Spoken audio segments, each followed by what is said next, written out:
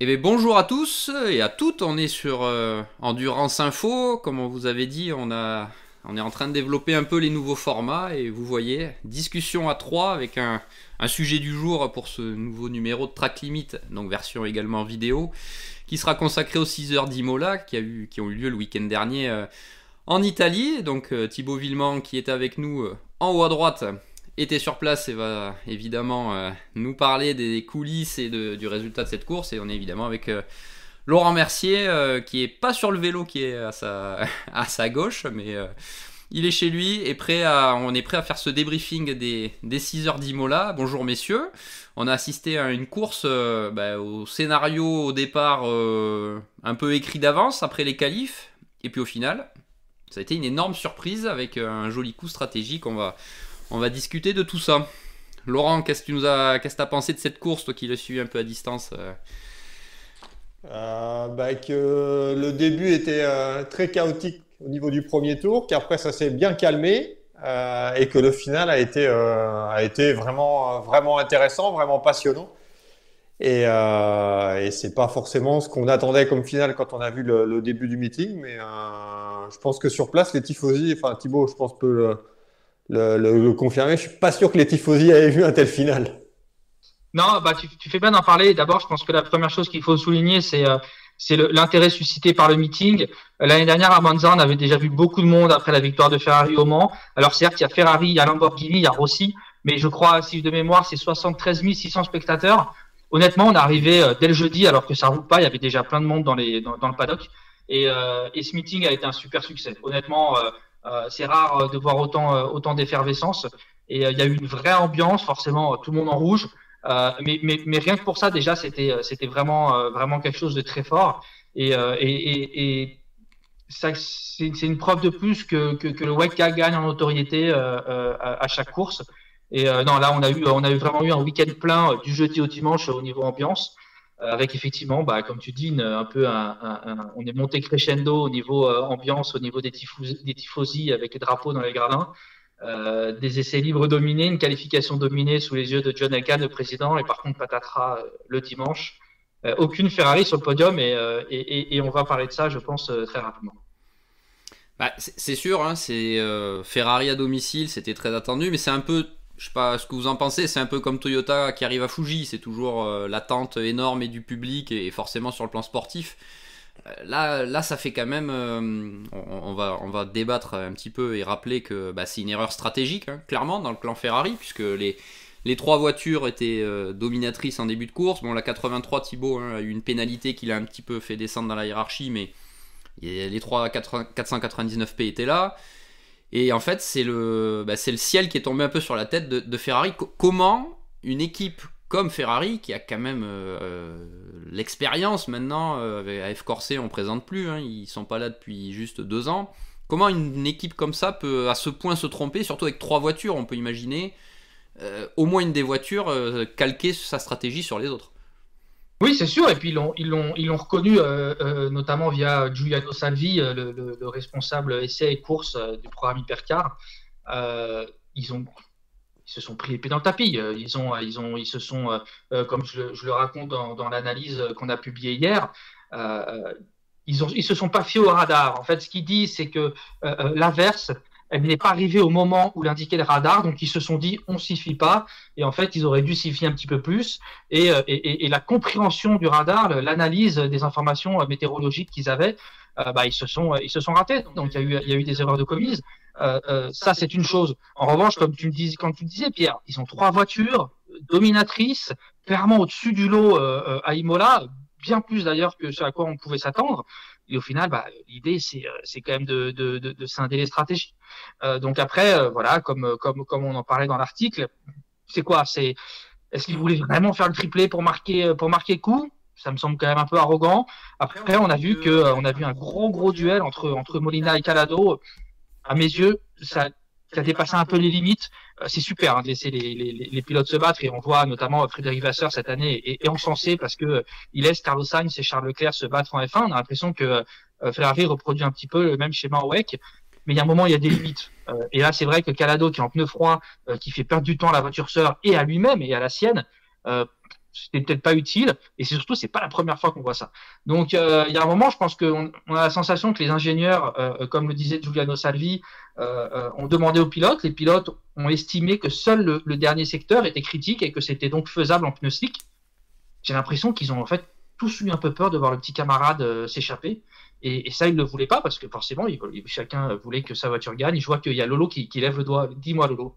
Non, juste une question. Est-ce que Ferrari utilise le même système météo que les autres équipes qui est mis à disposition? Est-ce que Ferrari a un système météo qui est un peu indépendant? Sachant qu'en plus, on est en Italie, donc généralement, tu es censé un peu plus connaître ton pays parce que tu es un peu chez toi à la maison. Ou est-ce que c'est le système commun? En fait, de ce que je comprends, les gros teams ont un système. La météo de Quadrasport est disponible pour tout le monde. Et après, ils ont chacun un peu les gros, ils ont leur système. Après, libre à eux, mais je pense qu'ils ont quelque chose aussi de leur côté. En tous les cas, c'est même pas le système qui est à remettre en cause parce que le système Quadrasport a donné des infos. Forcément qui sont justes. En fait, c'est ce qu'il disait, c'est la compréhension et l'analyse. C'est vrai que quand on voit les radars, la dépression, elle avait l'air vraiment de frôler le circuit et ça s'est joué à rien. Et en fait, en plus, au début, quand la pluie est tombée, Ferrari pensait que ce serait très bref et ça a été bien moins bref qu'il ne le pensait. Et au final, ils sont restés, je crois, 4 tours de plus sous la pluie à perdre 12 secondes au tour. Ça a été vraiment très très néfaste sur la totalité de la course. Par contre, ils se sont pas cachés. En fait, ils n'ont pas essayé de trouver des excuses un peu à la mort moelleux en disant oui mais. Là, quand tu lis l'article, c'est quand on me dit c'est une belle journée de merde. Bon, bah au moins c'est clair. Au moins c'est clair et assumé. En fait, ils se sont pris les pieds dans le tapis. Maintenant, quand tu dépenses autant d'argent que tu as 3 caisses et que tu te prends les pieds dans le tapis avec les 3 caisses. Ah, c'est comme disait Julien Salvi, il se shit day. Voilà. Après, comme il dit, hein, l'année dernière, il débute au moins avec la 499P, c'était des héros. Là, il se rate, ce sont des zéros. Maintenant, voilà. Moi, ce qui m'interpelle un petit peu, c'est que, alors peut-être que Ferrari a plus de poids qu'il n'en avait en GT, mais à F-Corse en GT, c'était leur point fort. Il y a plein de fois où ils ont gagné avec les 488 et les 458, alors que la voiture était moins performante que les autres. Lolo, souviens-toi Spa avec Pierre Guidi. Mais exactement, autant en GT3 qu'en GTE, ils ont toujours été diaboliques là-dessus. Et là, on se souvient, Spa l'année dernière, la stratégie est quand même pas optimale. Hein, là où Toyota part en pneus slick, il s'avère que c'était la bonne chose à faire. Eux, ils sont partis en pneus pluie et ils ont dû changer. Alors attention, il y en a beaucoup qui se sont fait avoir. L'année dernière, je dirais qu'à Spa, c'était plus un très beau coup de Toyota. Puisque seuls de mémoire les 2 Toyota et la Cadillac de Sébastien Bourdet et Renger van der Zandt étaient partis en pneus slick, là où quasiment tous les autres étaient partis en pneus pluie. Avant-hier, à Imola, au final, il n'y a que Ferrari qui n'est pas passé changer les pneus. Donc, je parle vraiment d'hypercar, par du GT, hein, parce qu'on ne peut pas comparer. Mais il n'y a que eux qui l'ont fait. Et encore une fois, en plus, quand ils ont 3 voitures dominatrices et qui sont devant. Donc voilà, il y a eu cette erreur de commise, ils l'ont avoué clairement. Voilà, on peut revenir dessus comme on veut, c'est très bizarre. Par contre, ils sont pas allés dans les détails sur le pourquoi du comment. Ils n'ont pas scindé les stratégies entre les 3 voitures. Voilà. Et ça, moi, c'est quelque chose que je pense qu'ils vont devoir un peu voir en interne. Et encore une fois, on est passé proche de la correctionnelle entre Calado et Molina. Et voilà, il faut voir si c'est vraiment la volonté de faire un triplé, une telle rivalité entre les voitures que aucun n'a voulu céder. Ils se sont dit en clair, on calque la stratégie sur la voiture de tête. Je sais pas. Après, c'est dommage parce que typiquement, au début de course, la 50 a un souci. Et ils arrivent à refaire leur retard en faisant 4 relais avec les pneus, 129 tours. Donc ça, c'était quand même une belle prouesse de l'équipage de la 50 et de ses stratèges. Donc c'est dommage d'avoir tout mis à la poubelle. Voilà, moi, ce qui me désole un peu, c'est que c'est pas la première fois qu'ils se prennent les pieds dans le tapis dans la stratégie.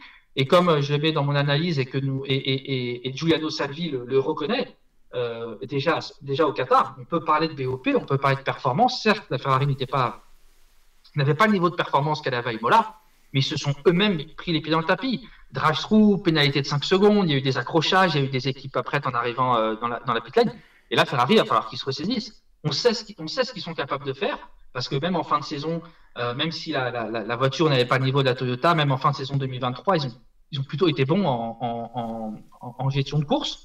Mais là, il va falloir qu'ils se remobilisent et qu'ils repartent de l'avant dès Spa, parce que Le Mans, ça arrive très vite, c'est dans 1 mois et demi maintenant.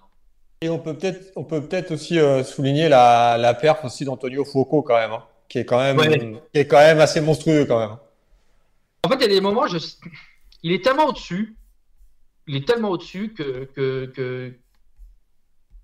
en fait, j'arrive pas à l'expliquer. Il a vraiment pris le dessus sur ses 5 équipiers. Je parle que des 499P officiels, la 50 et la 51. Et c'est vrai qu'à la fin de course, il fait un relais de fou. Il repart, je crois, 6e. Je crois qu'il repart 6e, 7e et 8e. Et c'est le seul qui arrive à gagner des positions. Il revient comme une balle sur Hartley qui craque un peu. Hein, on va pas se mentir. La situation était compliquée, mais il a craqué sous la pression de Foucault, qui a une voiture qui était aussi beaucoup plus rapide. Attention, hein, c'était très très compliqué. Ça aurait été très compliqué de garder la Ferrari derrière. Mais oui, comme tu dis, Laurent, il a fait un dernier relais. Il a fait un dernier relais de folie. Il y a vraiment 3 personnes dont je tiens à souligner la fin de course. C'est Antonio Foucault sur la numéro 50.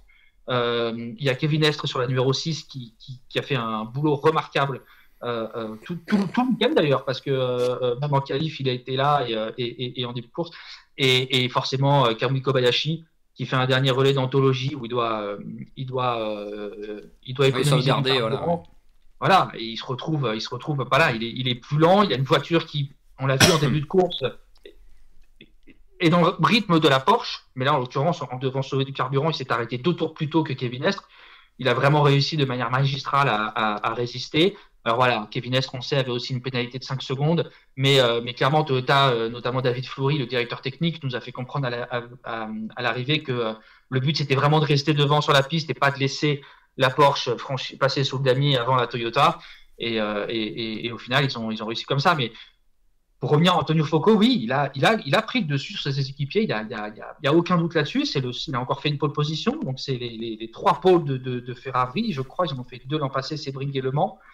Elles sont à mettre au crédit d'Antonio Foucault, et il est tout le temps au-dessus du lot. Alors, on peut dire qu'il est léger, hein, par rapport à certains de ses équipiers, notamment James Calado, mais honnêtement, il n'y a pas que ça.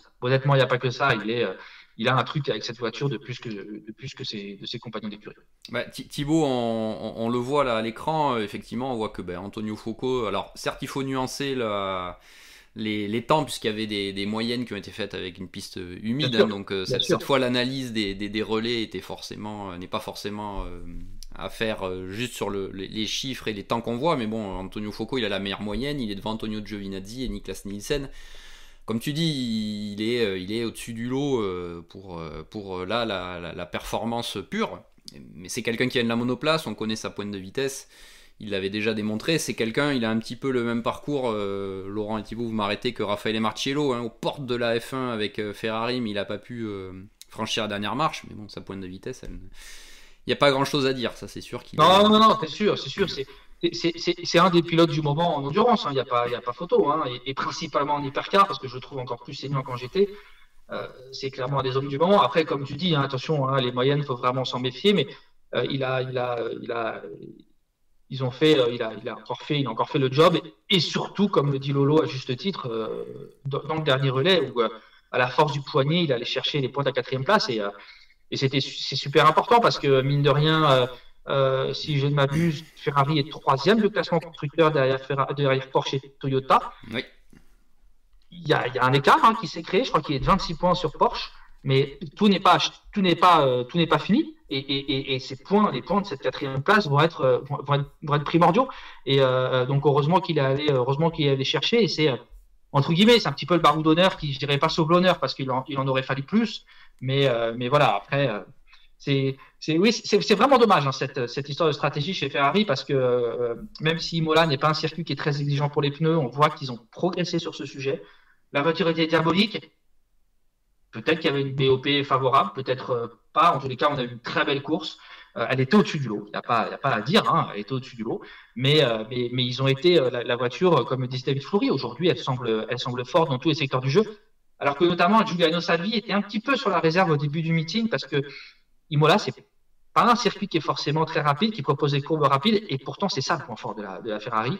Donc, ils ont beaucoup bossé, le disait Ferdinando Canizzo, depuis le Qatar, particulièrement sur Imola, sur les spécificités de ce circuit. Ils ont déjà roulé en essai, il faut aussi souligner. Hein. Il y a beaucoup d'équipes qui avaient roulé à Imola en essai. Et voilà, ils sont sur le plan, je dirais que sur les plans d'exploitation pure de la voiture, sur la compréhension de l'auto, sur les pneus, ils ont franchi un palier. Ils sont beaucoup plus forts. Par contre, maintenant, il faut mettre tout bout à bout sur un week-end. Et il va falloir être meilleur en stratégie et voir peut-être une meilleure collaboration entre les autos. Je parle encore une fois que des deux officiels parce que la 83, honnêtement, au moment où on se parle, j'ai pas d'explication. Ils ont été très rapides toute la semaine et pendant la course, ils n'ont pas été là. Ils n'ont pas été là. Ils ont été moins dans le rythme en tous les cas, alors que Robert Schwarzman et Yves Fayet avaient été diaboliques en essai libre. Donc ça, j'explique pas, mais voilà. En tous les cas, je pense que aujourd'hui, ça doit être la priorité de Ferrari et ils le disent. Hein, ils vont travailler là-dessus pour revoir leur système de communication, notamment pour progresser, parce que le reste, honnêtement, ça a l'air d'aller quoi. Thibaut, moi j'ai une question. Est-ce que, comme tu parlais de la 83 qui était dans le bon peloton de tête avec peut-être aussi le clean air, est-ce que la pénalité, la retombée dans le classement aussi dans le trafic, ça a joué pour la performance globale de la 83 selon toi? Forcément, parce que c'est un circuit où il est très difficile de doubler, il est très compliqué de doubler, même si la Ferrari a une vitesse de pointe qui était quand même supérieure à la concurrence. Donc c'était plus facile et c'est pour ça que je dis que je pense que Kevin Estre aurait eu plus de mal à doubler Kobayashi que Antonio Focon a eu à doubler Kevin Estre. Brandon Hartley. Parce que la Ferrari avait vraiment, en top speed, était quand même au-dessus du lot. Mais après, quand même, quand tu regardes les moyennes, quand tu regardes tout ça, ils sont un peu en retrait. Et à l'instant T, là, pour l'instant, je ne l'explique pas vraiment. Est-ce que c'est du setup? Est-ce que c'est... Je ne l'explique pas. Mais bon, voilà, ça a été la meilleure au Qatar et j'ose espérer que lors des 2 prochaines courses, on les reverra. Mais c'est vrai qu'elle était un petit peu en retrait des 2 voitures en course, alors que Schwarzman fait première ligne en qualif et que durant toute la semaine, ils ont été plutôt bons. Mais dès le début de course, on sent que Kubica, il est un petit peu en retrait des deux autres et pour l'instant, on ne l'explique pas.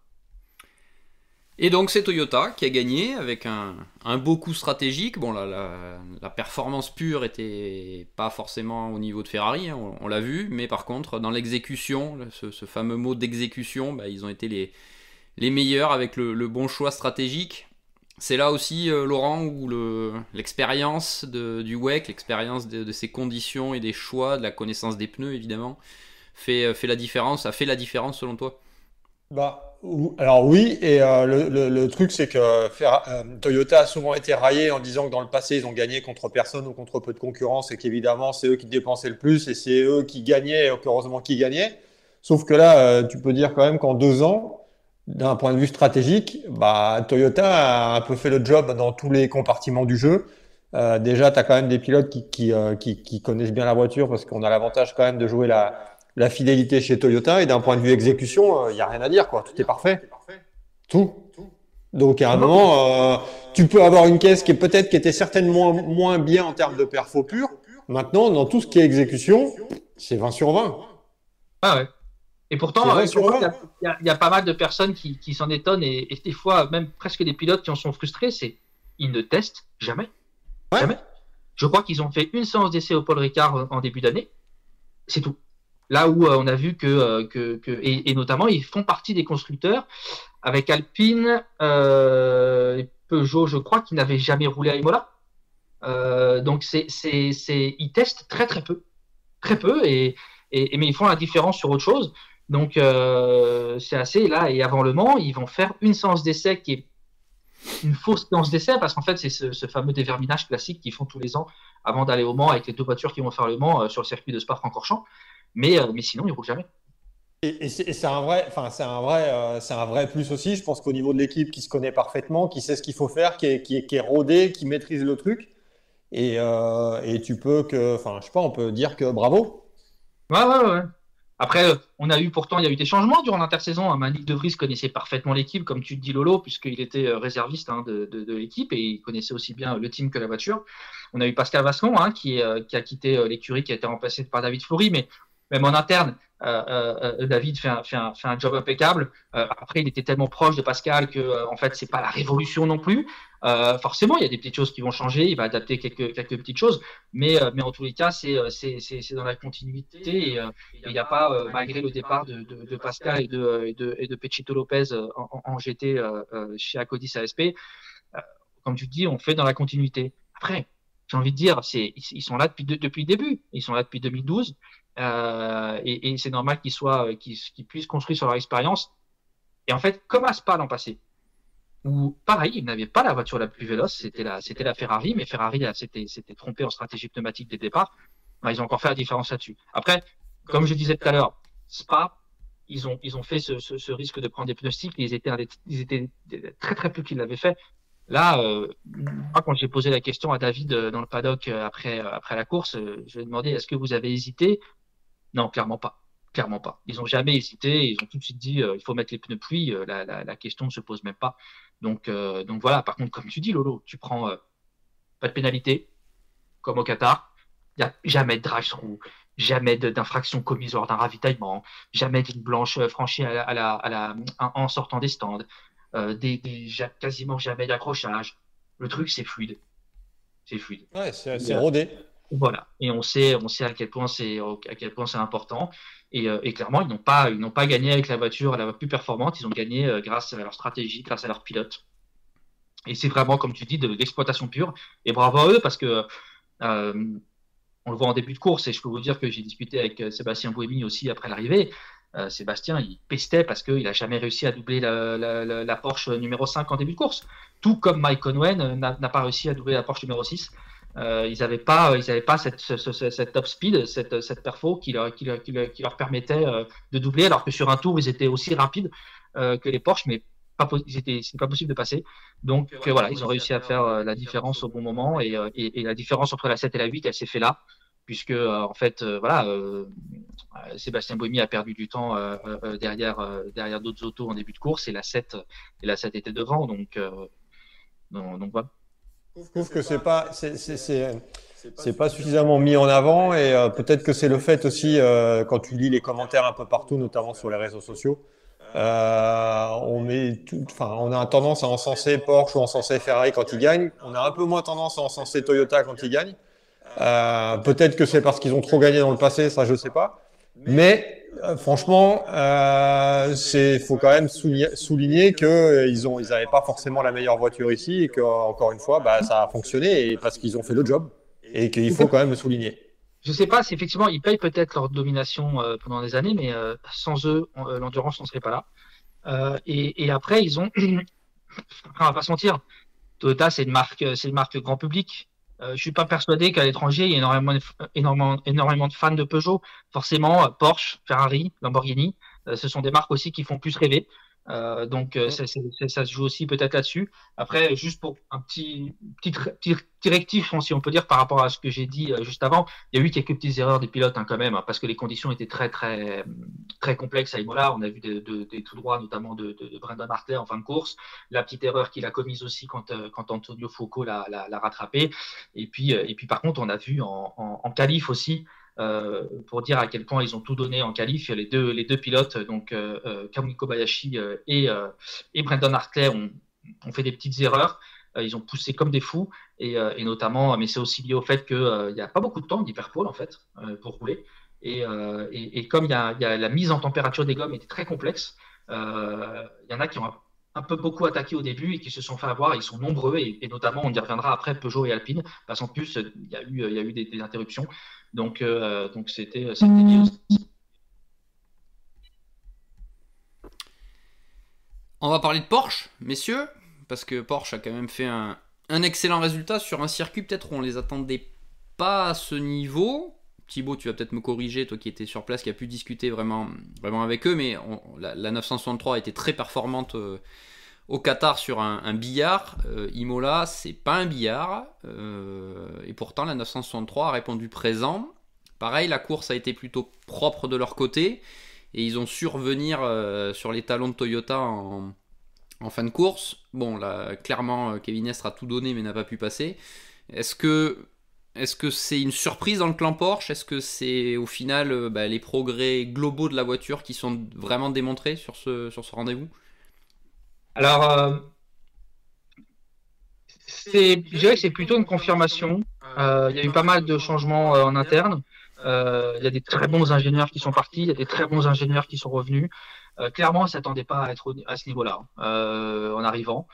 C'est un circuit, comme tu le disais, le Qatar, très plat, vraiment tout ce qui leur convient.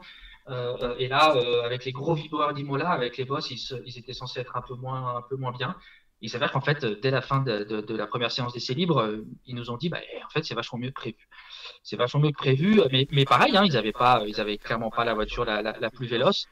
Moi, ce que je retiens, honnêtement, moi, je mets début de saison parfait pour Porsche. Vraiment, ils sont autant aux États-Unis qu'en WEC. On voit que l'équipe a vraiment franchi un palier. Les voitures, c'est du petit setup, des petits changements, comme on en a parlé à diverses reprises, mais c'est vraiment l'exploitation. Alors, on peut aussi se demander pourquoi ça a mis autant de temps, pour des raisons que Thomas Swadenbar a essayé d'expliquer. Ils se sont pas lancés dans la voie la plus facile de championnat, sali à Penske, tout en vendant des écuries au privé.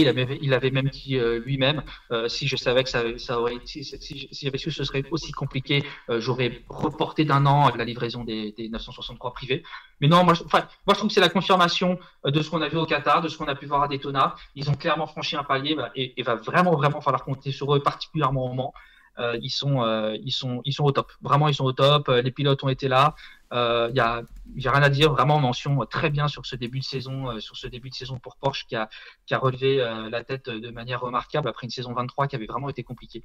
Donc c'est super. Là, s'ils font victoire au Qatar, ils font deuxième à Imola.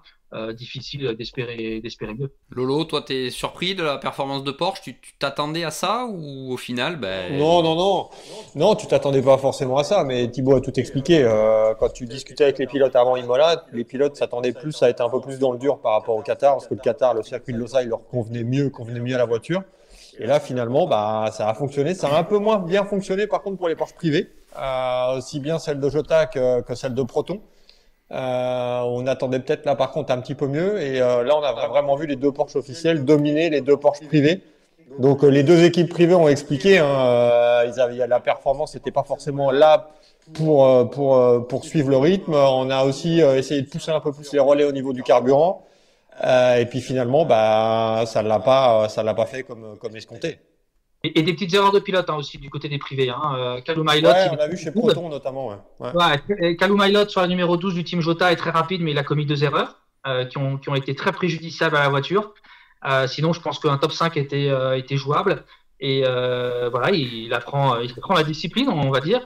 Et puis on a vu aussi des petites erreurs, notamment du côté de Julien Andorre qui brille à chacune de ses sorties au volant d'un 963, mais là qui s'est fait un peu piéger par les conditions mixtes en fin d'épreuve. Et puis après, ils ont un souci. Enfin, c'est même pas. Je sais pas s'il faut dire qu'ils ont un souci que Penske n'a pas, ou si c'est Penske qui a trouvé quelque chose. Penske est redoutable sur la mise en température des gommes, et même par rapport aux autres constructeurs.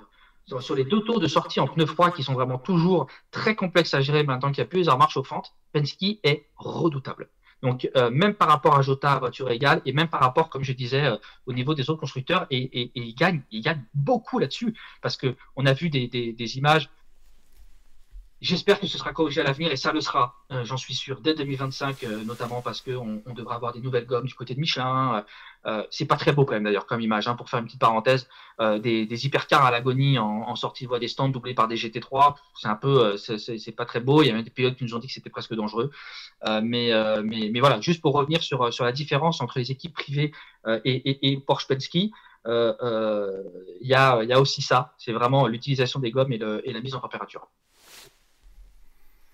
Messieurs, on a fait le tour des satisfactions, on va dire, de cette épreuve. Il y a eu quelques déceptions. Une dernière, Pierre. Il y en a une dernière, Pierre. Ah, vas-y. BMW WRT. Je te laisse enchaîner, Thibaut. C'est vrai que ça reste une. Alors, ils auraient peut-être pu finir un petit peu plus haut, peut-être, parce que c'était bien parti. Ils ont une pénalité, exactement. Mais c'est vrai que la BMW, tu as raison de le souligner, a peut-être enfin montré un visage plus conforme à ce qu'on attendait, notamment de la part de WRT. On fait souvent la comparaison entre RLL aux États-Unis et WRT en Europe. Bon, WRT découvre la voiture.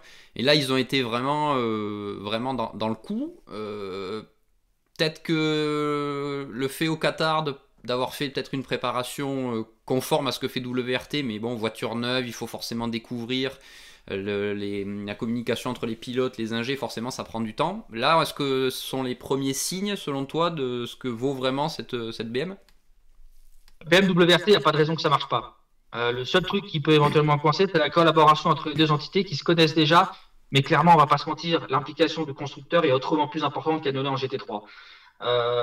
En fait, quand on m'a dit wow, c'est génial, c'est une bonne surprise, BMW RT Imola, je fais non, pour moi, c'est pas une surprise. C'est plus le Qatar qui était une anomalie, je pense, honnêtement. Moi, ce que je n'explique pas aujourd'hui, c'est la méforme du Qatar. Encore une fois, on peut parler de BOP, de plein de trucs. Quand on compare aux autres MDH, ils n'auraient pas dû être aussi loin.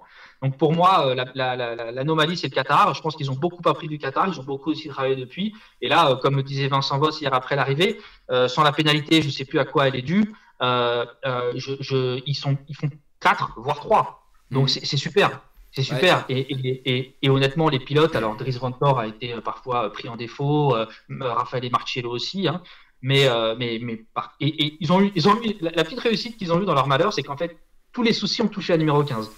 Donc ils ont pu briller avec la numéro 20 et parfait, honnêtement, hormis cette pénalité qui leur a coûté une place d'honneur. La pénalité, c'est Sheldon van der Linde qui glisse dans la pit lane, c'est ça? Il faut le replacer. Exact, hein, exact. Merci Pierre, exactement. Il glisse dans la pit lane en arrivant et donc il faut la remettre sur les skates, je crois, c'est ça. Hein. Voilà, exactement. Donc, il perd du temps en la remettant sur les skates parce qu'en plus, il arrive de travers, donc pour la remettre droite. Et en plus, après, il prend une pénalité parce que, entre guillemets, une arrivée dangereuse dans la pit lane. Mais sinon, remarquable, les pilotes, on le savait, c'est presque à mes yeux les meilleurs line-up du plateau. Et le Van der Linde de Rast Franz, c'est magique. Et ils ont été à la hauteur. Et malgré la petite pénalité, mention spéciale à Sheldon van der Linde, qui est peut-être le moins médiatique du lot, mais qui c'est pas vous. Vous connaissez mieux que moi, puisque vous avez fait plus de GT3 qui est un pilote extraordinaire. Bah, Lolo, toi tu connais effectivement très bien WRT, on connaît très bien WRT, toi plus que nous sans doute, de toutes ces années GT, c'est presque logique en fait de voir les progrès de l'attelage BMW WRT avec cette voiture, mais est-ce que la prochaine course montrera vraiment le niveau? Parce qu'on sait que c'est à Spa, la course à domicile, il y aura forcément un petit quelque chose. Ce qui est sûr, et ça Thibaut a raison, c'est que c'était plutôt l'anomalie le Qatar au final, plus que Imola la belle satisfaction. Mais c'est sûr qu'il fallait, enfin c'est un nouveau challenge pour WRT. Il a fallu se renforcer, il a fallu prendre des gens. Et là où je suis totalement d'accord avec Thibaut, c'est que le programme GT3 est géré quand même à 100% par WRT en tant qu'équipe cliente de BMW, alors que là tu as quand même une relation avec un constructeur dans la catégorie Rennes. Et la seule crainte, je pense qu'on pouvait avoir par rapport à ça, c'est justement comment aller matcher cette homogénéité. Est-ce que BMW va laisser WRT, c'est pas facile à dire, travailler comme il le souhaite, ou est-ce qu'il va falloir aussi suivre les préconisations de BMW? C'est un peu sous cet angle-là en fait où il faut que cette machine elle fonctionne. Maintenant, chez WRT, de toute façon, c'est un peu comme chez Toyota, tout est carré en termes de personnel, les personnes sont au bon poste. Les pilotes, les ingénieurs, la stratégie, enfin, je veux dire, il y a rien à acheter. On connaît l'image de WRT en GT et l'image de WRT en GT, on la transpose aussi en hypercar. Et franchement, la seule crainte qu'on pouvait avoir, c'est qu'est-ce qu'allait donner vraiment cette BMW en dehors de RLL. Et là, dès la deuxième course à Imola, on voit que ça se passe quand même bien. Et comme vous l'avez dit, c'est sûr que tous les malheurs sont un peu allés sur l'autre voiture.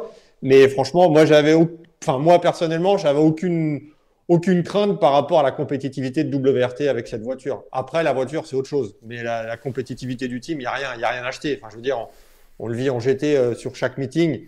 On l'a vu en P2 aussi, hein. Quand ils sont arrivés en P2, ils ont un peu torché tout le monde. Donc franchement, il y a rien à dire du côté de WRT, tout est nickel.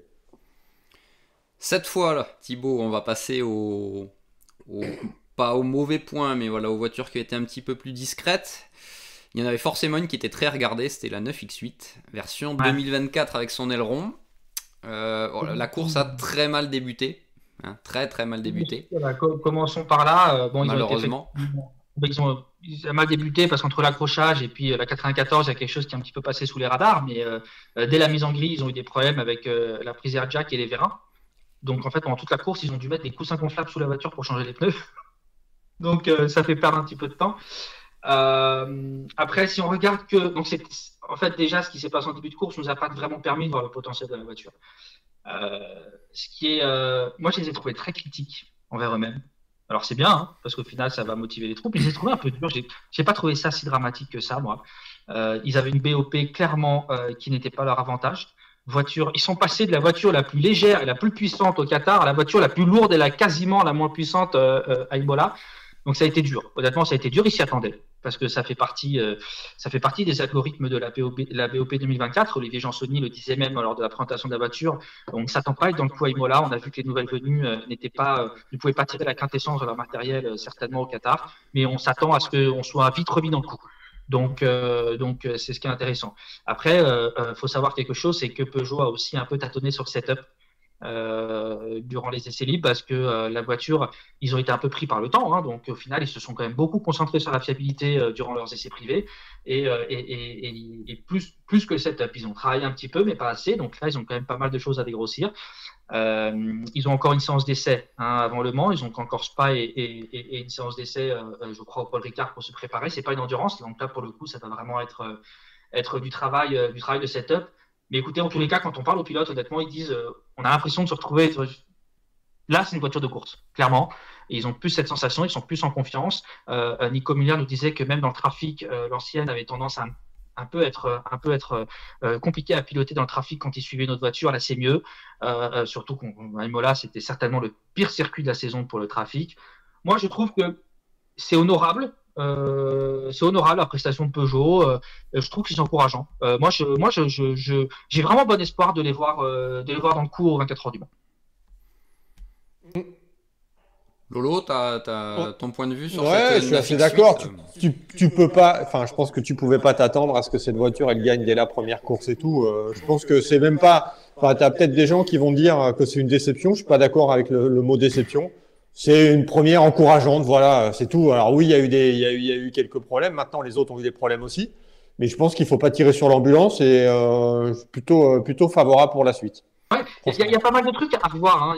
Il y a un nouvel aileron, tout ce que vous voulez. C'est ce qui se voit le plus. Mais comme le dit Olivier Jansoni, s'il y a un aileron, c'est parce qu'il y a eu un changement de monde pneumatique. Aujourd'hui, toutes les écuries ont les mêmes pneus que l'an passé en dehors de Peugeot. Ils ont dû tout revoir, les fenêtres d'exploitation, les stratégies. On sait très bien qu'il y en a qui, des fois, changent que le côté droit, que le côté gauche. Tout ça, pour eux, c'est nouveau parce que les pneus ne se comportent vraiment pas de la même façon. Donc, tout ça, ils le découvrent qu'en course. Et ils ont un benchmark. Quand ils sont en essai, ils sont tout seuls, ils sont plus relax, tu as moins de pression.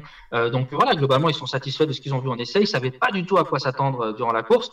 Moi, je suis assez confiant. Ils ont une super équipe, ils l'ont prouvé. Et j'ai bon espoir de les voir dans le coup. Voilà. Ouais, pareil. L'autre marque française aussi a été un peu dans la difficulté, on va dire, Alpine. Bon, on sait qu'ils sont dans la phase de lancement du projet, du programme, en version compétition, comme tu disais Thibaut, les essais on ne sait jamais trop se situer par rapport à la concurrence. Bon, là, Alpine en plus devait composer avec un changement de pilote sur la 36, puisque Jules Gounon a remplacé Ferdinand Habsburg. Donc il y avait quand même pas mal d'inconnus, et eux aussi, malheureusement, la course a mal débuté, puisque l'Alpine a été prise dans l'accrochage initial. Qu'est-ce qu'on retire de cette course chez Alpine, selon toi? Ça, en fait, c'est peut-être pas la course n'a finalement rien montré de ce que vaut la voiture, en fait, c'est ça? Ouais, c'est dur quand même. Ils ont quand même beaucoup. Ils ont vraiment du pain sur la planche. En fait, il y a même. En fait, presque, on en a attendu beaucoup parce qu'on a été agréablement surpris au Qatar pour la première course de la voiture. Et on a peut-être attendu un petit peu trop. Faut pas oublier que voilà, le programme est encore très jeune, la voiture est très jeune, ils ont beaucoup de boulot. Ils ont un gros problème de mise en température des gommes. Ça, c'est compliqué. Alors, est-ce que c'est aussi pour ça que le départ a été aussi tumultueux pour la numéro 36, je ne sais pas. Mais ils galèrent beaucoup dans le domaine sur ça. Et donc à Spa, ça pourrait être compliqué aussi parce qu'il fait rarement chaud à Spa. On a même eu la neige une année, je vous rappelle. Et après, la voiture n'est pas bien du tout en damping. Hein, vraiment, sur tout ce qui est les sols amortisseurs, ils ont beaucoup de progrès à faire. Le circuit d'Imola est assez compliqué sur le sujet. Bosselé, les gros vibreurs. Mais comme nous disait Nicolas Lapierre, c'est entre guillemets ce circuit une anomalie dans la saison. Donc ils ne devraient pas avoir ce problème à Spa, ils ne devraient pas avoir ce problème au Mans. Et donc ça n'a pas été leur priorité. Disons qu'ils ont eu d'autres priorités avant de travailler ça. Et c'est pour ça que clairement, sur le papier, ça leur allait pas. Maintenant, en fait, on en a attendu beaucoup parce qu'on a été très agréablement surpris par la première sortie de la voiture au Qatar. Ils ont terminé meilleurs des nouveaux, faut pas l'oublier. Et voilà, donc il y a pas mal de boulot à faire. Après, niveau fiabilité, la voiture semble bien. Philippe Sino nous a confié que l'accident de Ferdinand Hausberg en essai, il est arrivé au bout de 26 heures de roulage. Un souci technique sur lequel ils sont encore en train de travailler. Mais en tous les cas, ça veut dire que la voiture elle est déjà globalement fiable. Donc ça, sur ce point-là, c'est encourageant. Voilà, il faudra voir ce qu'il en est à Spa. Je pense qu'avec Lamborghini, et Isotta Fraschini, ce sont vraiment les petits nouveaux qui ont plus de boulot. Je me corrige, Jules Gounon était sur la 35, évidemment. Laurent, Alpine, on sait qu'il y a encore du travail. Pour toi, il y a quand même comme tu dis Thibaut, la fiabilité semble être là. Bon, là, c'est sûr que commencer une course avec une voiture déjà accidentée, c'est pas simple. Comment tu vois la suite de la préparation pour les 24 heures? Parce qu'on sait que ça reste toujours l'objectif pour toutes les équipes. Est-ce qu'à Spa, on peut espérer voir sur un circuit peut-être aussi un peu plus favorable aussi au proto avec des longs enchaînements? C'est un peu la même chose que Thibaut. On peut pas. Oui, Alpine a roulé en hypercar. On va dire dans l'ancien temps. Maintenant, tu peux tirer un trait sur la voiture parce que ça a plus rien à voir au niveau de la catégorie, au niveau du châssis, au niveau de la voiture. Maintenant, c'est pareil. Il y a 9 constructeurs. Tu peux pas arriver dans un championnat comme ça et mettre la misère à tout le monde dès la deuxième course. Donc là aussi, il faut laisser du temps. Alors laisser du temps, ça veut tout dire et rien dire parce que tu laisses quoi comme temps? Maintenant, la fiabilité est quand même là. Donc là aussi, je pense que là, c'est plutôt encourageant pour la suite. C'est un peu d'ailleurs la communication du team.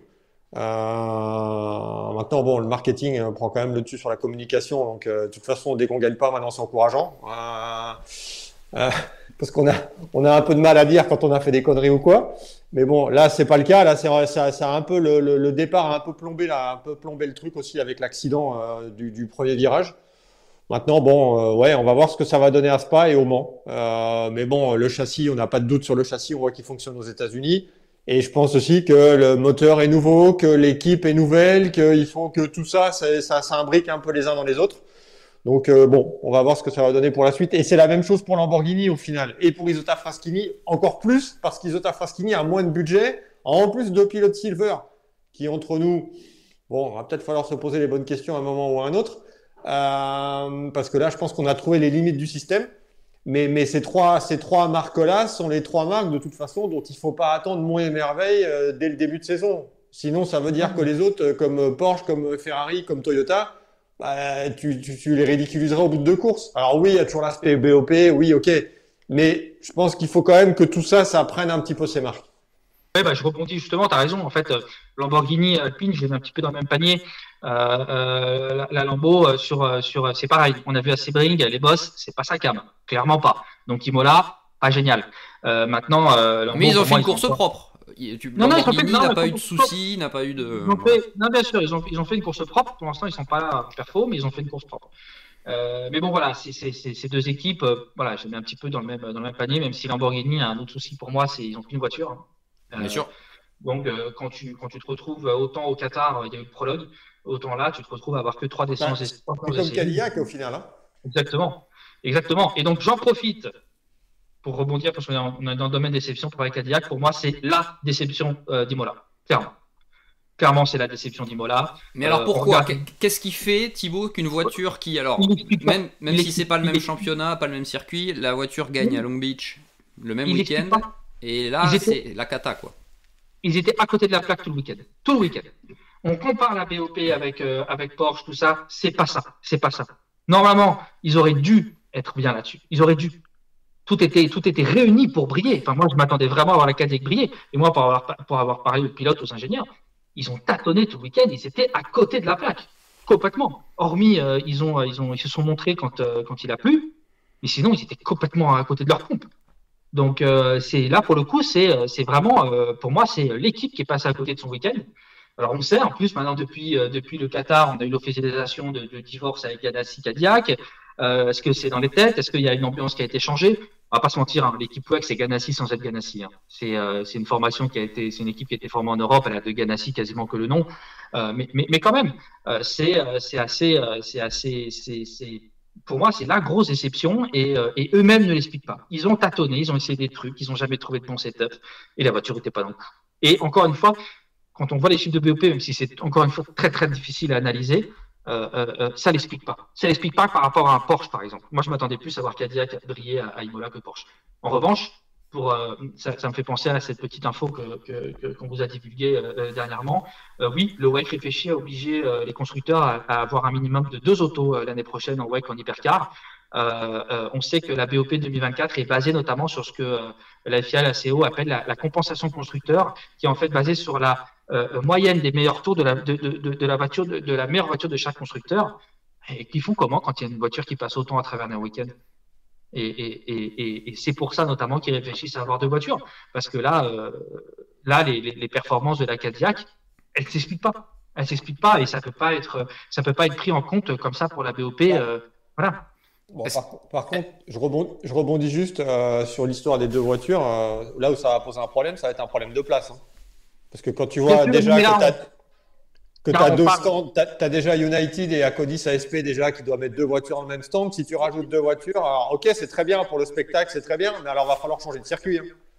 Oui et non, Laurence, en fait, ils sont en train de travailler entre la CO et la FIA pour essayer de trouver des moyens. Ils nous l'ont dit au Qatar. J'entends parler, moi, d'un total de 38 l'année prochaine. C'est vrai qu'on avait entendu parler de 40. Après, tu prends des championnats comme. Il faut juste que tout le monde soit logé à la même enseigne, en fait. Donc là, Imola, ils n'ont pas été pénalisés. D'ailleurs, Jérôme Polican l'a dit. Moi, j'ai l'habitude, ils avaient juste un stand qui était décalé par rapport au bâtiment. Le box en lui-même est assez grand pour ranger les 2 voitures l'une derrière l'autre quand il faut les ranger dans le box. Mais je prends l'exemple du Supercars en Australie. Il y a un emplacement de ravitaillement par équipe. Alors, par équipe, en fait, c'est eux qui le souhaitent, c'est eux qui choisissent, à savoir que s'ils ont 2 emplacements différents pour les ravitaillements, les 2 voitures marquent séparément des points au championnat constructeur. Si vous voulez que les 2 voitures marquent pour la même équipe, il faut qu'il y ait un seul emplacement de ravitaillement. C'est ce que font les Ténors, les Triple Eight, les Dick Johnson Racing. Eux, ils ont un seul emplacement parce qu'ils jouent le titre.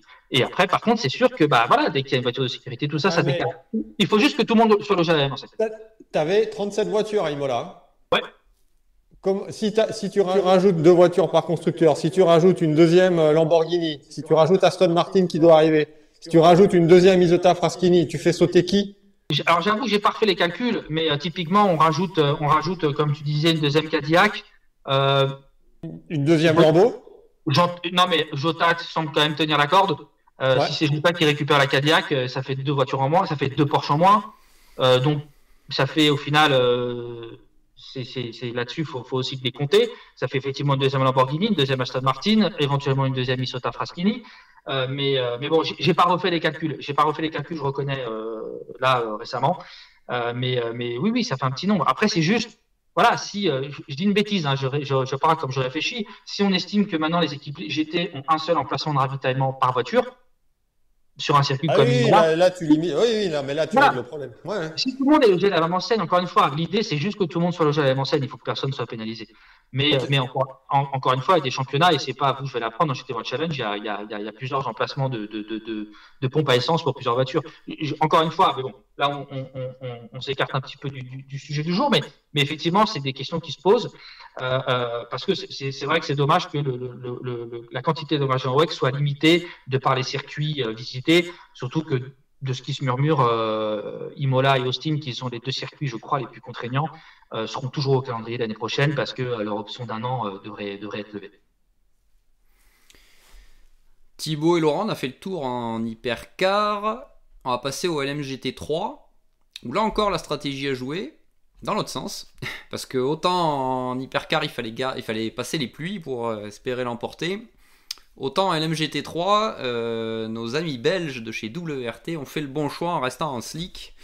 Avec, ils sont belges. Ils sont belges, ils ont l'habitude de cette météo, mais encore fallait-il garder les voitures en piste. Alors, encore une fois, en hypercar, on a les pneus Michelin, en MGT3, on a les pneus Goodyear, donc c'est évidemment difficile de comparer les deux situations, mais là, vas-y Laurent, vas-y. Ouais, et puis c'est difficile de comparer. Enfin, on l'a vu, on le voit déjà avec les pneus froids quand les hypercars partent par rapport au GT où c'est un peu Holiday on Ice. Et là, c'est sûr que quand tu as Maxime Martin ou Augusto Farfus dans une BMW qui sont quand même des pilotes qui sont aguerris, c'est plus facile de rouler avec des pneus comme les Goodyear en slick sur une piste mouillée. Et en fait, ok, WRT a fait ce qu'il fallait, et tout, il y a pas de problème. Maintenant, ceux qui se sont pris les pieds dans le tapis, c'est Pure Racing, parce que Klaus Bachler, lui, se dit merde, il faut peut-être qu'on change pour qu'on mette les pluies. Et au final, Pure Racing qui a quand même dominé la concurrence du début à la fin, hein, comme c'était le cas au Qatar, avec encore une fois un très bon Alex Malikin, qui pour beaucoup est peut-être une surprise. Alors peut-être moins pour Pierre et moi, parce qu'on fait plus de GT, on a plus l'habitude de le voir que Thibaut, parce que c'est la première fois qu'il vient en WEC. Mais Alex Malikin, franchement, il bluffe un peu tout le monde. La claque. Ah oui, c'est une fessée. Il avait 30 kilos de laisse sur sa victoire. Ouais, c'est une fessée. Ouais. Et c'est un mec qui n'a pas beaucoup d'expérience, qui a un boulot à côté. C'est sa 3e saison à haut niveau. Il a fait une saison de GT World Challenge Endurance l'année dernière. Il a fait l'Asian Le Mans Series cet hiver, qu'il a gagné. Donc c'est même équipe, même équipage. Par contre, donc là aussi tout est rodé. Alors avant c'était quand même Herbert Motorsport, et là c'est plus Manthey. Mais non, franchement, là, s'il n'y a pas cette cagade et qui a été reconnue d'ailleurs par Klaus Bachler, évidemment, lui il dit, mais il a raison, il dit, tu peux être héros comme tu peux être zéro. Soit tu rentres. C'est le principe de la météo. Hein. C'est presque, oui, c'est des coups de poker. C'est facile de critiquer après coup, c'est évident. C'est évident. C'est pour ça que, quand on disait tout à l'heure, quand on parle de Ferrari, moi je critique plus je suis plus critique sur le fait d'avoir 3 voitures et de ne pas, quand il y a un petit risque de ne pas splitter les stratégies. Parce qu'après, évidemment, comme je disais, ça se joue à rien. Et on va pas parler de Le Mans 2011, Le Mans 2008. On a vu à chaque fois, et c'est génial d'ailleurs. On adore. Mais comme tu dis, c'est facile. Tu passes très vite de héros à zéro. Ouais. Et là, c'est plus Pure Racing qui s'est pris un peu les pieds dans le tapis parce qu'à la régulière, Pure Racing c'était au-dessus du lot. Ouais, WRT a fait le job. Malikin fait encore la meilleure moyenne la meilleure moyenne pour un pilote bronze. Encore une fois, on lance avec la piste, mais il montre encore une fois qu'il est là. Il a été là en qualif. Enfin, nous, on n'est pas surpris, Lolo, c'est sûr de sa performance. Après, oui, et face à Pure Racing, ils sont tombés sur WRT. Et 2 avions de chasse, Maxime Martin, Augusto Farfus, qui d'ailleurs se sont bien battus ensemble. Hein, c'était un peu comme chez Ferrari, petite bagarre. On va dire que les Italiens auraient pu se consoler de la défaite de Ferrari par une victoire de Valentino Rossi, mais il y a eu un petit, pareil, une pénalité d'ailleurs lors d'un Virtua Safety Car. Donc c'est dommage. Mais oui, par contre, c'était rigolo parce que dimanche soir, Vincent Voss nous disait, en fait, on a pris 2 stratégies pneumatiques différentes dans les 2 catégories. Et c'était 2 stratégies différentes, mais à chaque fois, ce fut la bonne, parce qu'en fait, on ne peut pas comparer les pneus Michelin aux pneus Goodyear, on ne peut pas comparer l'hypercar au GT. Au GT, il fallait rester en slick. En hypercar, il fallait mettre les mouillés. Et parlons de WRT, a réussi à prendre la bonne décision à chaque fois. Et bravo à eux. Donc c'était doublé. Ouais, rien à dire. Et voilà, je rebondis sur ce que vous disiez. Chapeau, Malikin. Vraiment, il est bluffant et à la régulière, ça va être compliqué à aller chercher, je pense, cette Porsche du Manthey Pure Racing. Oui, s'il n'y a pas d'erreur, s'il n'y a pas de, bien sûr. Très solide et il reste sur une victoire en Bronze Cup en GT World Challenge qui leur a permis d'avoir un dernier. Voilà. Ils ont gagné en Asia Le Mans Series. Ce sera à la régulière, ça va être. C'est le nouveau kitting. C'est nouveau kitting. Et je pense qu'il a, de par son âge et tout ça, il a encore plus de potentiel que Ben Keating, mais je pense qu'il y en a qui vont en cauchemarder un peu là.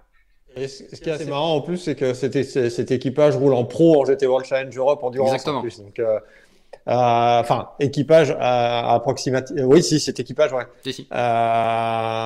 Donc c'est assez original. Non, après, Si on doit faire vite fait en GT3, gros bémol, c'est disons que les aérodynamiques elles sont pas vernies. Hein. Non, c'est un souci. Alors, C'est un souci c'est même les avant aérodynamiques qui sont C'est un souci dans le tour de formation, hein, c'est ça. C'est les aérodynamiques qui sont pas vernis et c'est en plus Sarah Bovy qui est pas verni parce qu'à Imola en GT World Challenge Europe en 2020 ça a été un peu la même cagade. Dès le premier virage, elle s'était fait harponner par une McLaren. Et franchement, ouais, c'est un peu, c'est un petit peu le couac. Et juste pour terminer par WRT aussi, pour revenir sur le GT World Challenge, WRT comptait déjà 2 victoires à Imola, donc ça en fait une de plus en GT. Donc voilà. Non, et puis après, bon, même si voilà, Lamborghini est quand même pas au top en GT3 non plus, hein, non. mais Sarah a réussi à quand même aller en hyperpole. Et ouais, c'est vraiment, elles ont vraiment pas de bol. Après, c'est ça, là, depuis sur les 2 premières courses, on a clairement l'impression que c'est Porsche BM. Hein, oui. Ferrari, mention. Il y a eu des petites erreurs, notamment Thomas Flor qui est sorti. François Hériot, chapeau. Très très belle prestation de François Hériot qui pourtant n'était pas là le jeudi parce qu'il a sa compagne a accouché d'un petit Charles. Bravo à eux. Et donc il a raté les 2 premières séances d'essai le vendredi. Il est arrivé le samedi. Il a réussi à mettre la caisse en hyperpole. Et derrière, il a fait une super prestation. Ils font 4e, je crois. Hein. Et la voiture est dans le coup. Et c'est au final un très bel équipage aussi sur cette auto, la numéro 55. Mais sinon, derrière, c'est un petit peu plus dur. Voilà. C'est un peu up and down pour Aston Martin. On voit des choses bien en essai, on a vu des choses bien un peu au Qatar. Là, c'était un peu plus compliqué. Donc Aston, c'est un peu dur. McLaren, c'est aussi pas évident. On n'a pas vu vraiment de McLaren se montrer. Les Lexus, qui est la voiture qui est quand même d'une ancienne génération avec l'équipe Acodis ASP qui découvre la voiture. Là aussi, il a fallu faire des changements sur la voiture. Tout a été fait très très tard. Donc là aussi, on continue d'apprendre du côté de chez Lexus. Donc ça va prendre un peu de temps. Et puis je pense que si on vise aussi l'arrivée de la nouvelle voiture, même si là aussi il va falloir attendre un petit peu encore. Donc il faut aussi prendre 2 saisons et du coup, on a suffisamment longuement discuté avec Jérôme Polican. Oui, il faut prendre de l'expérience, il faut faire 2 ans avec cette voiture-là et après arriver fin prêt avec la nouvelle voiture. Donc toute expérience est bonne à prendre. Maintenant, bon, ce serait bien quand même d'avoir des résultats quand même. Mais bon, on va voir avec le temps, mais c'est pas la voiture la plus facile en plus à faire fonctionner. Non, puis Jérôme m'en parlait dimanche soir, tout en ayant une pizza entre les mains. Ils ont du boulot, il y a eu des petites erreurs aussi au niveau des pilotes. Je pense qu'il y a un petit peu de BOP quand même, pas très très avantagé. Faut pas toujours la plus lourde, hein, c'est ça Thibaut. Ouais, et puis après, tu vois, on peut comparer avec l'IMSA, mais la voiture n'a pas la même aéro qu'en IMSA, il y a pas mal de choses qui changent. Et puis, encore une fois, il y a plein de choses que l'équipe Acodis, ASP découvre en WEC avec notamment tout ce qui est l'énergie, procédure. Voilà. Il y a plein de nouveautés. Jérôme Polican ne s'en cache pas. Et puis ils vont travailler. Il n'y a pas de raison. L'équipe est super talentueuse. Ils vont y arriver. Et puis un mot sur Ford aussi qui a été un peu inexistant. Ford Mustang. Oui et non. Il y en a une en hyperpole. Hein. Non, je parle en course. Je parle juste en course. Ouais. En course, ça a été un peu plus compliqué quand même pour la Mustang. Il y en a encore une qui a perdu des pièces aussi. C'était un peu le cas déjà en GT World Challenge Europe. Et c'est la même chose pour Corvette qui a été brillant. Car on a vu pas mal à la fête, notamment en essai au Qatar. Et là, ça a été un peu plus dur en course aussi. C'est bien, il y a une Ford Mustang qui passe en hyperpole. Par contre, en course, ça a été un poil plus compliqué. C'est d'ailleurs l'abandon en GT d'ailleurs d'une des 2 Mustangs. Et puis Corvette qui a fini dans le ventre mou du classement. Moi, c'est pour revenir sur Corvette, je ne veux pas tacler GM, hein, mais en plus, mais là aussi, moi, pour l'instant, je suis pas convaincu. Je suis pas convaincu et il n'y a pas de raison. Il y a des bons pilotes. L'équipe TF Sport a déjà montré ce qu'elle savait faire. Pour en avoir parlé à des pilotes, la voiture, quand elle n'a pas de souci, c'est une excellente voiture, mais vraiment. Et pourtant, j'en ai parlé vraiment à des pilotes qui ont conduit beaucoup de GT3. Et donc voilà, j'espérais qu'ils vont y arriver, mais pour l'instant, c'est la petite déception. Petite déception aussi, je trouve. C'est Corvette en MGT3. Messieurs, on arrive au bout d'une heure de discussion sur cette épreuve. On parle trop. Non, mais en même temps, regarde, il y a quand même eu, bon, on l'a constaté, toi tu l'as constaté sur place, nous on l'a vu par image interposée, ça a été un succès populaire. La course a été... au début, c'est vrai qu'on avait un peu peur d'un cavalier seul Ferrari, et puis les circonstances de course ont largement animé le peloton, donc ça nous a donné une belle deuxième partie de course. Le week-end est encourageant et pour le championnat et pour l'aspect sportif. On pourrait en parler 3 heures, il y a plein de sujets qu'on n'a pas évoqués. On s'est régalé honnêtement pendant 6 heures, on l'a pas vu passer, faut le dire. Voilà, c'est aussi souvent le cas quand la météo s'en mêle. Mais quand même, en début de course, même si c'était très compliqué de doubler à Imola, comme disait Giuliano Salvi, des fois c'est un peu, il y en a qui disent que Imola c'est le Monaco de l'endurance. On a vu entre Toyota et Porsche, c'était très serré. On a vu quand même des passes d'armes. Et c'était le spectacle a été au rendez-vous avec les circonstances météorologiques et tout. On s'est régalé pendant 6 heures. Par contre, ça a quand même été nettement plus calme que ce qu'on aurait pensé en course, parce que quand tu discutais avec les pilotes avant, tout le monde se disait ça va être un carnage en piste, il va y avoir beaucoup de neutralisation, beaucoup d'accrochage, beaucoup d'accidents. Et finalement, on a eu quelques sorties, mais ça a été quand même relativement calme malgré les conditions météo qui ont changé. On a eu nos amis d'Issota Fraschini, on a vu quand même quelques sorties, mais tu as raison, sur un circuit où on s'attendait à avoir beaucoup d'accrochage, les pilotes redoutaient énormément le trafic. Parce que ça passe de partout, parce qu'en fait, c'est pas des vraies lignes droites, c'est des espèces de courbes, donc il y en a un peu partout. Et au final, ça s'est quand même vachement mieux passé que prévu, hein. Entre les hypercars et les GT, ça s'est plutôt bien passé. Donc non, ça a été un super week-end. On a eu une arrivée à suspense. Il y a eu la pénalité de la Porsche. Il y a un moment, sans la pénalité, je me suis demandé si on n'aurait pas l'arrivée la plus serrée de l'histoire du WEC. Donc non, c'est bon signe. On espère que maintenant, ce sera intéressant de voir ce qui va se passer, notamment à Spa. Ça va arriver très vite, hein, dans 2 semaines et demie.